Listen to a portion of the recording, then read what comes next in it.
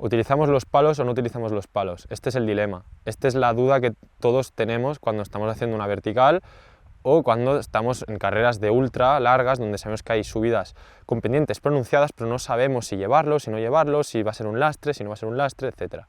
Entonces, hoy mismo vamos a ver las claves, vamos a ver cuándo utilizarlos, cuándo no utilizarlos y sobre todo si mejoran nuestro rendimiento.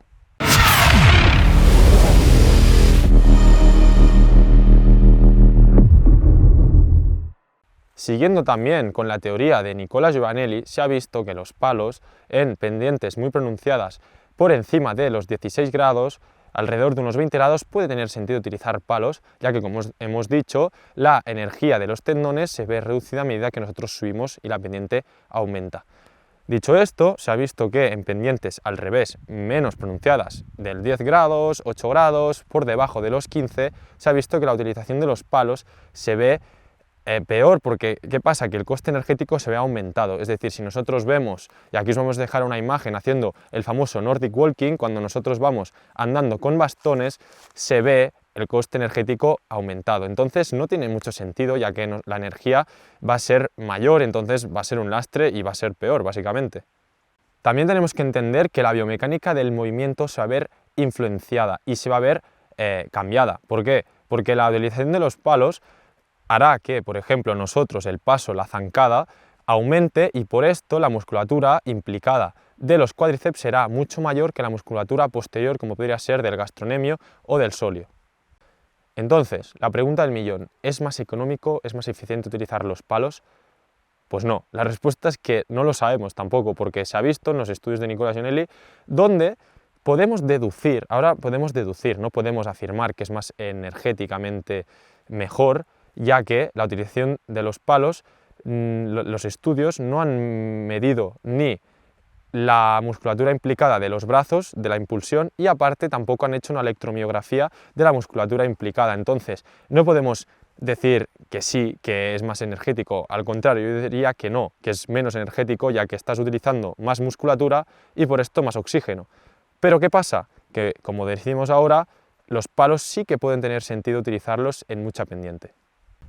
Vale, entonces, como hemos dicho desde Sagredo Training, creemos que no podemos decir que sea más eficiente energéticamente hablando utilizar palos. Pero ¿qué pasa? ¿Por qué son tan buenos? ¿Por qué van tan bien? Desde Sagredo Training los utilizamos y en carreras se ha visto que mejora nuestro rendimiento, sobre todo en verticales muy pronunciadas de más del 25 grados, 30 grados.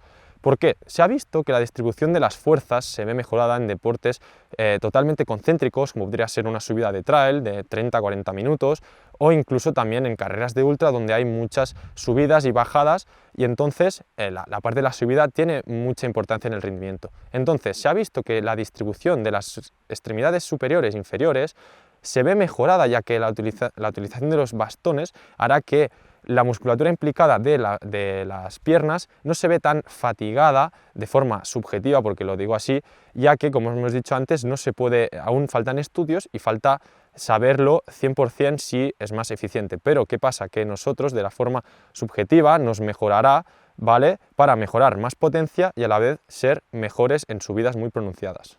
Entonces, ¿utilizamos los palos en carrera o no los utilizamos?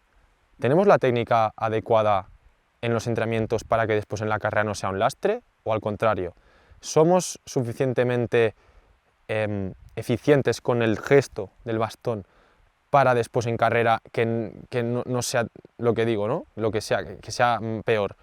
Esto es la pregunta que nos tenemos que hacer. Si nosotros entrenamos con los bastones muy bien, entonces sí que tiene sentido, pero si nosotros no los utilizamos en los entrenamientos, ¿tiene lógica utilizarlos en el día de la competición? Yo creo que no. Finalmente, también tenemos que entender que estos estudios se hacen en condiciones no reales de carrera, como os he dicho antes, y se han hecho en cintas de correr. Entonces, el paso no será el mismo, la distribución de las fuerzas no será la misma, porque sabemos y entendemos que la utilización de los bastones no es solo siempre la misma gestual, o sea, no estamos haciendo el famoso double pulling todo el rato, sino también vamos alternando. Entonces, se ha visto en estos estudios que solo se han medido una forma de la gestual, entonces entendemos que en carrera no solo estás haciendo todo el rato la misma técnica, sino que en función del terreno, en función de las piedras, en función de básicamente de lo que te vas a encontrar en carrera, vas a cambiar tu biomecánica de movimiento. Entonces, por ende, si tú cambias tu biomecánica, también varía tu coste energético.